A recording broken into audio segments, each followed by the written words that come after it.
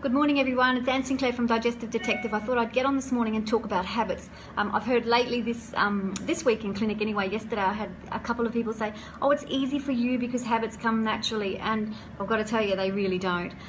So one of the things that first of all I'd like to talk about for the year, this year my word for myself is commit. You know, I have these great intentions of doing things and I research it to death, but I never commit to the process, you know, and sometimes that means put my money where my mouth is. So this year I've decided to commit some money to more training, learning more things about marketing and social media and all that sort of stuff. So, and about my health as well.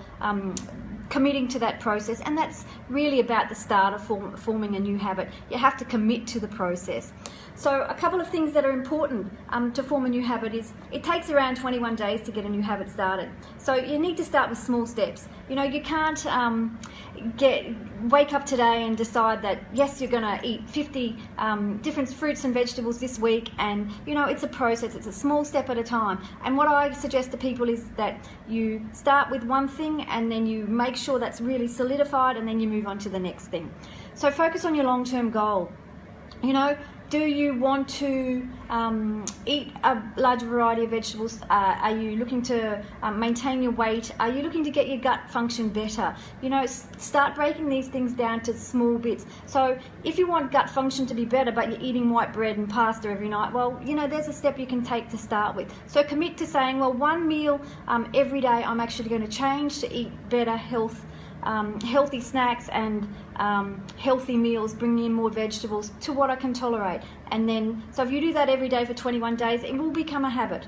Celebrate the small victories. So if you go a whole week and you've added your vegetables every day for the whole week, you know, celebrate that, you know, and not necessarily with food. I wouldn't recommend just give yourself treats and stuff, because that sort of just encourages you know, to get into a different habit that's not necessarily sustainable. So, you know, celebrate your victories. Make sure that, you know, you tell people around you, you know, this week I've done for 7 days, I've been able to add 5 more vegetables into my meals every day.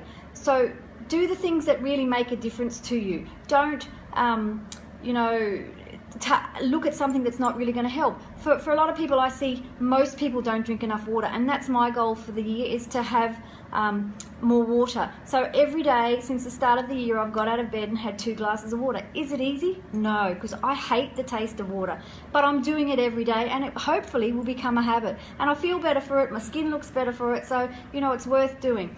5, 4, 3, 2, 1. If anybody's watched that video that I did about the book that Mel Robbins wrote, and that's about changing how you do things, because normally you have a thought, your frontal pre-cortex can talk you out of that thought in 5 seconds. So if you go 5, 4, 3, 2, 1 and get up and do it, that will be really helpful. So take the time to when you have the thought of what you're going to do, 5, 4, 3, 2, 1, and get into action. That will really, really help you get to where you want to go.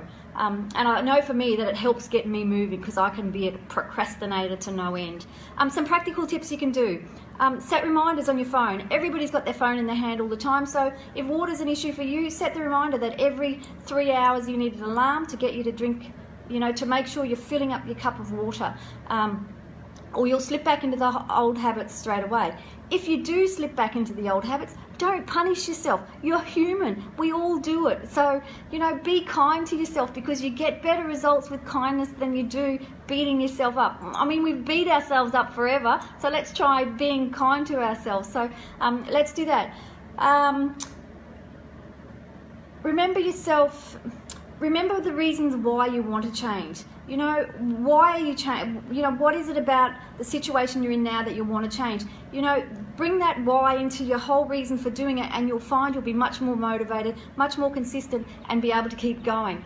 You know, avoid the old habits that no longer serve you. So a chocolate biscuit for afternoon tea, as delicious as they are, they're not really doing you any favours.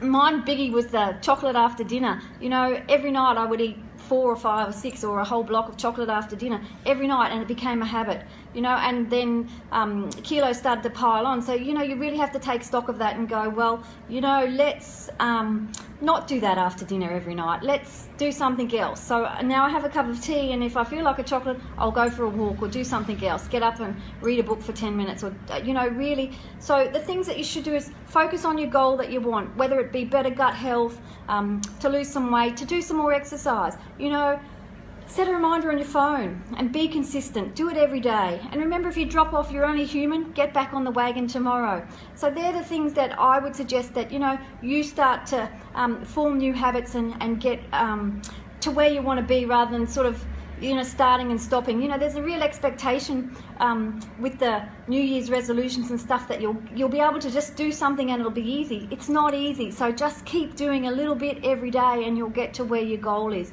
And so that's all from me today. I'll talk to you next week. See you soon. Have a great week. Bye.